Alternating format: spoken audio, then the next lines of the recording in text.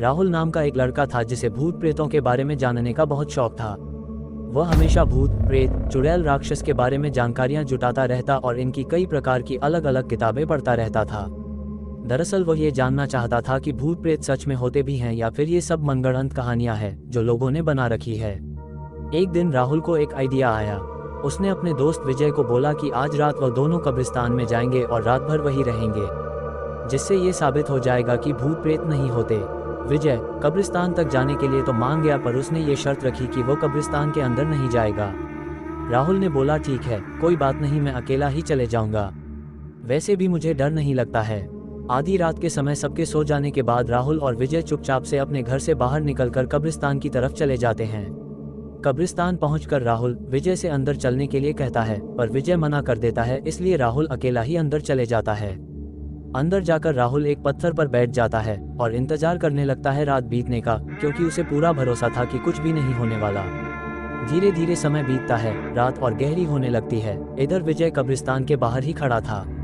वो राहुल को फोन लगाता है। राहुल फोन उठाता है। विजय राहुल से कहता है कि यार अब रात बहुत हो गई है, नींद भी आ रही है, चल घर चलते हैं। राहुल मना कर देता है। राहुल कहता है कि मैं तो यहाँ ठान के आया था कि मैं आज रात भर यहीं रहूंगा, तुझे नींद आ रही है तो या तू यहाँ से चले जा या तो वहीं सो जा।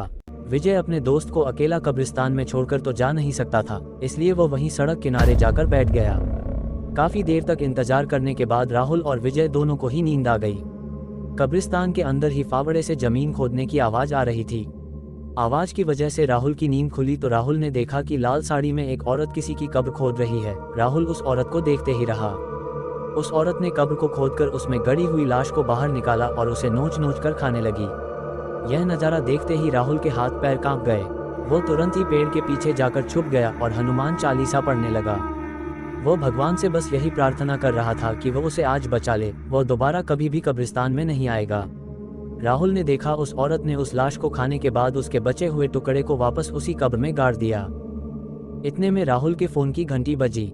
विजय ने यह जानने के लिए फोन किया था कि सब ठीक तो है ना। घंटी की आवाज आते ही उस औरत की नजर राहुल पर पड़ गई। राहुल कुछ सोच पाता उससे पहले ही पलक झपकते ही वो औरत राहुल के सामने आकर खड़ी हो गई। वो बहुत डरावनी दिख रही थी। राहुल उसे देखकर तो बेहोश ही हो गया। वो औरत उसे घसीटकर उसी कब्र की तरफ ले जाने लगी। उस औरत ने कब्र में गड़ी हुई लाश को बाहर निकालकर अलग कर दिया और अब वह राहुल को उसी कब्र में दफनाने लगी। इतने में फिर से राहुल के फोन की घंटी बजी। इस बार भी विजय का ही फोन था। घंटी की आवाज से राहुल को एकदम से होश आया। होश आते ही वो डर के कारण वहां से भागने लगा। वो जहां जहां जाता वो औरत वहां वहां उसके सामने आकर खड़ी हो जाती। राहुल विजय को आवाज लगाता हुआ भाग रहा था, भाई बचा ले, यह मुझे मार देगी, भाई बचा लो, यह मुझे मार देगी। पर विजय को कोई आवाज आ ही नहीं रही थी। वो बाहर ही बैठा सो रहा था। अचानक से उसकी नींद खुल गई। उसे लगा कि शायद एक बार अंदर जाकर देखना चाहिए कि क्या हो रहा है। विजय कब्रिस्तान के गेट तक आ तो उसने देखा कि राहुल कब्रिस्तान के अंदर ही इधर उधर भाग रहा है और चिल्ला चिल्ला कर आवाज लगा रहा है कि विजय मुझे बचा लो, यह मुझे मार देगी, मुझे बचा लो, यह मुझे मार देगी। विजय ने उसे आवाज लगाई और उसको बताया कि वो दरवाजे में ही खड़ा है, वो बाहर आ जाए।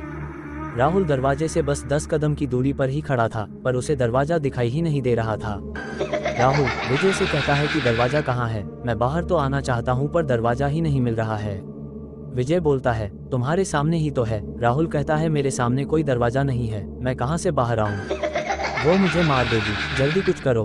बड़ी हिम्मत करके विजय कब्रिस्तान के अंदर गया और राहुल को पकड़कर बाहर ले आया और दोनों भागकर अपने अपने घर चले गए। उस दिन के बाद से वो दोनों कब्रिस्तान के अंदर तो क्या उस रास्ते से भी कभी नहीं गुजरे। आपको हमारी यह कहानी कैसी लगी हमें कमेंट में जरूर बताएं और हमारी इस वीडियो को लाइक करें और अपने दोस्तों के साथ शेयर करें। यदि आप हमारे चैनल पर नए हैं तो सब्सक्राइब करें हमारे YouTube चैनल को।